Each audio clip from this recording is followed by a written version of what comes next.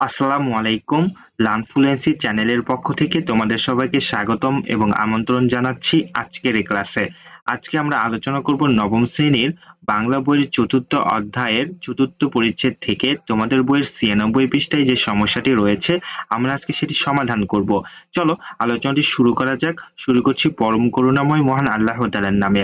তোমরা তোমাদের বইয়ের ৯৬ পৃষ্ঠায় দেখতে পারবে ৪র্থ পরিচ্ছেদ বানানো অভিধান। দেখা গেল অভিধান বলতে কি বোঝানো হয়?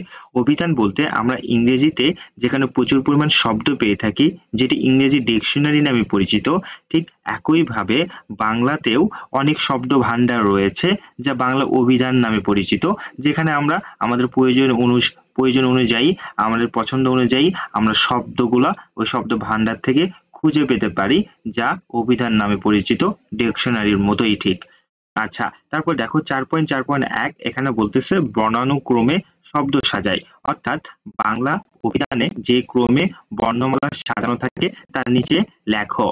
এরপরে বলতেছে দেখো এই ক্রমের সঙ্গে শিশু পাঠ্য বইয়ের বর্ণনা ক্রমের তফাৎ কোথায়? আমাদের এই দুটি মূলত সমাধান করতে হবে।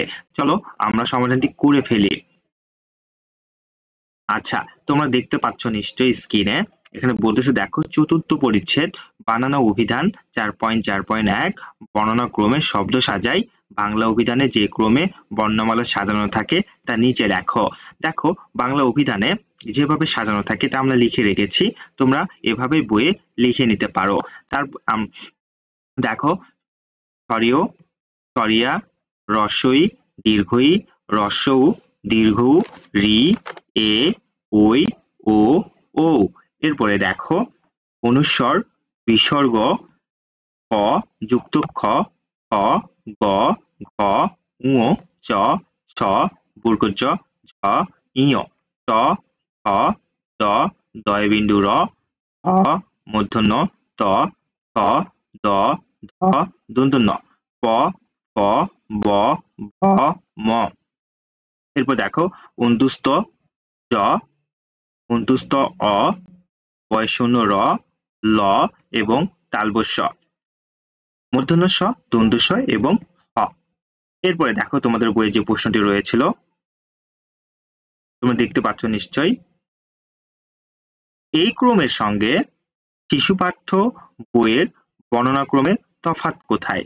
দেখো বলতেছে আমরা মাত্রই যে ক্রমটা দেখলাম, হ্যাঁ, ওই ক্রমের সাথে শিশু পাঠ্য বইয়ের বর্ণনা ক্রমের তফাৎ কোথায়, অর্থাৎ ওইখানে যেভাবে সাজানো থাকে আর শিশু পাঠ্য বইয়ের অভিধানে কিরকম ভাবে সাজানো থাকে এটি তোমাদের মূলত দেখতে হবে, অর্থাৎ শিশু পাঠ্য বইয়ের বর্গানুক্রমে তফাৎটা কোথায় এটি লিখতে হবে। দেখো আমরা লিখে রেখেছি, তোমরা যদি খেয়াল করো, ক করিয়া বা আ, রস্বই, দীর্ঘই, রস্বউ, দীর্ঘউ, রি, এ, ওই, ও। এরপরে দেখো ক, খ, গ, ঘ, ঙ, চ, ছ, বর্গ জ, ঝ, ট, ঠ, ড, ধ, মূর্ধন্য, ত, থ, দ, ধ, প, ফ, ব, ভ, ম। এরপরে দেখো অন্তুস্থ জ, বয়শূন্য র, ল, তালব্য শ, খ যুক্ত খ, দয়বিন্দু র, দয়বিন্দু ঢ, ক্ষয়বিন্দু ঢ। এরপরে দেখো অন্তুস্থ অ, অনুস্ব, বিসর্গ, ছন্দত্ব এবং চন্দ্রবিন্দু। দেখো আমরা এখানে লিখেছি, আমরা জানি অনুস্বর ও বিসর্গ ব্যঞ্জন বর্ণের আওতভুক্ত, কিন্তু অভিধানে অনুস্বর ও বিসর্গ এর স্থান স্বরবর্ণের পরে। তাছাড়াও যুক্ত খ, দয়বিন্দু ড, ক্ষয়বিন্দু ঢ, অন্তুস্থ অ বর্ণগুলো অভিধানের যথাস্থান পায়নি। এই ছিল তোমাদের জন্য আজকের এই আলোচনা। সামনের ক্লাসে এর পরবর্তী যে সমস্যাটি থাকবে আমরা সেটি সমাধান করবো ইনশাআল্লাহ। ভিডিওটি ভালো লেগে থাকলে লাইক করবে এবং অবশ্যই লার্নফ্লুয়েন্সি চ্যানেলটিকে সাবস্ক্রাইব করবে। ভালো থেকো, সুস্থ থেকো। আসসালামু আলাইকুম।